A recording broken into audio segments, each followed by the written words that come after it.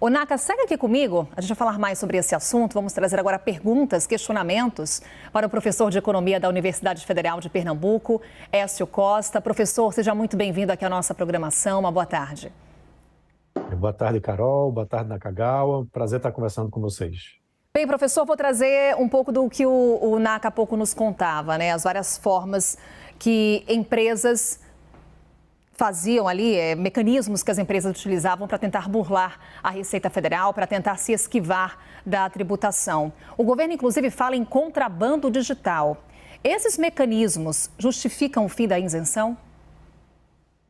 Veja, na realidade, a gente tem que entender um pouco como que é feito internacionalmente, certo? O de minimis, como é chamado, são regras de isenções, independente de ser pessoa física ou ser pessoa jurídica, que são praticadas mundo afora.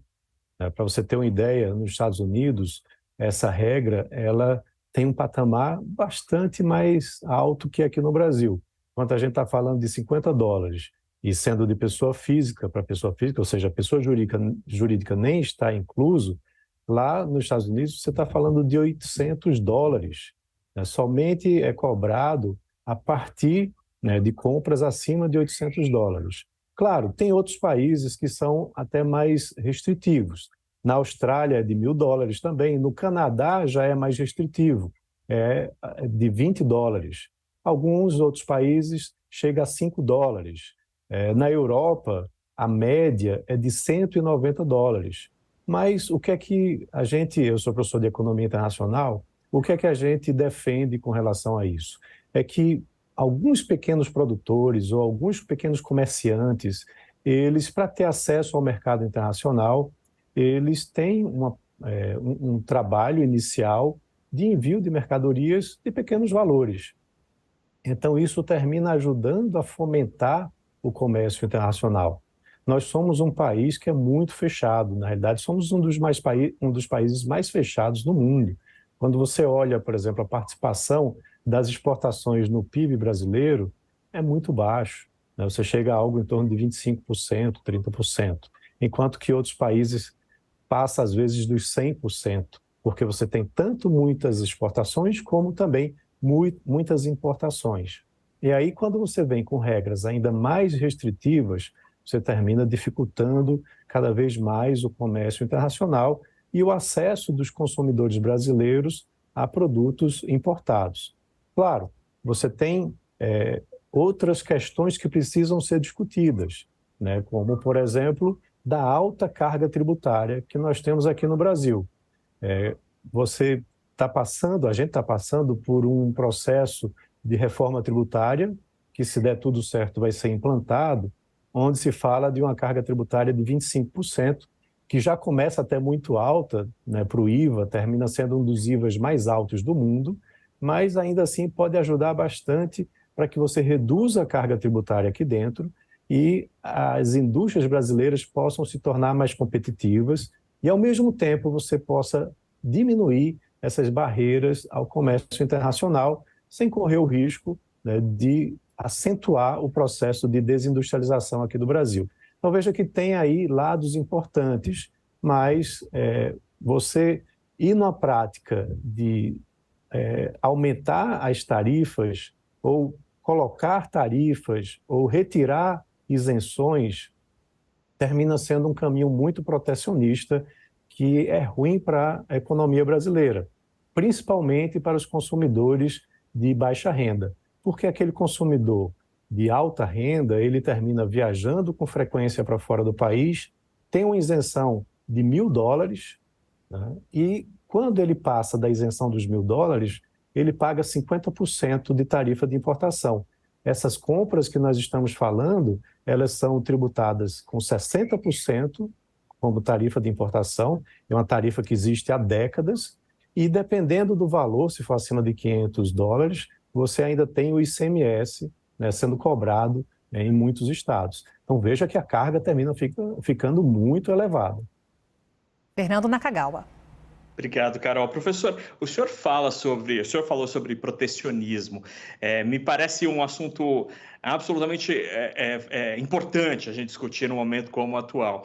Porque com o fenômeno dessas plataformas asiáticas, as varejistas brasileiras foram as primeiras a levantar a mão para reclamar da concorrência desleal, já que essas empresas, de fato, têm uma situação tributária absolutamente diferente, especialmente quando usam de manobras como essa que a gente está tratando, a gente acabou de mencionar. Essas empresas, as grandes varejistas brasileiras, por exemplo, do ramo da indústria têxtil ou de eletrodomésticos, eletroeletrônicos, ao longo dos últimos anos tentaram reduzir custos. Muitas varejistas de moda, por exemplo, começaram a comprar dos países asiáticos, até como uma reação. Então, é muito comum, se a gente entra hoje na Renner, na Riachuelo, na C&A, na Marisa, muitas peças são produzidas na China, Bangladesh, em Vietnã. Esse tipo de medida que a gente está observando agora, professor, de voltar, fechar o cerco ali para os produtos importados, beneficia quem, afinal de contas? Apenas uma questão de arrecadação ou essas empresas varejistas brasileiras elas vão acabar sendo protegidas em termos tributários por uma diferença de competitividade? Olha, Nakagawa, é um pouco dos dois, né? Você tem uma expectativa do governo federal de arrecadação de 8 bilhões de reais com imposição dessa medida. Então, tem também um fim arrecadatório, mas também tem um fim, de certa forma, protecionista, né, para defender, né, as empresas varejistas. Até que ponto isso realmente vai trazer uma maior proteção para o setor? A gente tem que ver, porque muitas vezes, até mesmo, se você for fazer a conta do imposto de importação dos 60% para compras de pequeno valor, talvez ainda fique mais em conta do que o que é comprado, né, aqui no varejo. A não ser que sejam compras acima dos $500, como eu tinha mencionado, que você tem o ICMS também sendo cobrado em cima, isso já fica uma sobrecarga, né? Mas é uma concorrência que, na realidade, não é nem culpa do varejista, nem da indústria, mas sim do problema que eu mencionei no início da minha fala, da alta carga tributária que você tem em vestimentas, em calçados, em produtos eletrônicos, em sua maioria, produtos industrializados, né? Você termina tendo uma escalada tributária muito alta. A CNI, né, fala, inclusive, que a média dos produtos industrializados é mais de 50% em termos de carga tributária. E o que é urgente realmente é você tratar da reforma tributária. Veja só que momento até propício. Você está falando de um imposto de importação de 60% e em comparação de um IVA, o IBS, né, como assim vai ser chamado, o Imposto sobre Bens e Serviços, vai ser o IVA brasileiro, de 25%. Então, você já tem até um argumento bastante positivo para dizer, olha, vamos aprovar a reforma tributária, vamos reduzir essa carga e abrir o mercado para a concorrência com os bens importados, né? E isso pode ser um caminho bastante saudável para resolver essa problemática que você apresentou. Professor Écio Costa, ele é professor de Economia Internacional da Universidade Federal de Pernambuco. Mais uma vez, obrigada, professor, e até uma próxima oportunidade. É isso, eu que agradeço e até uma próxima. Por aqui seguimos. NACA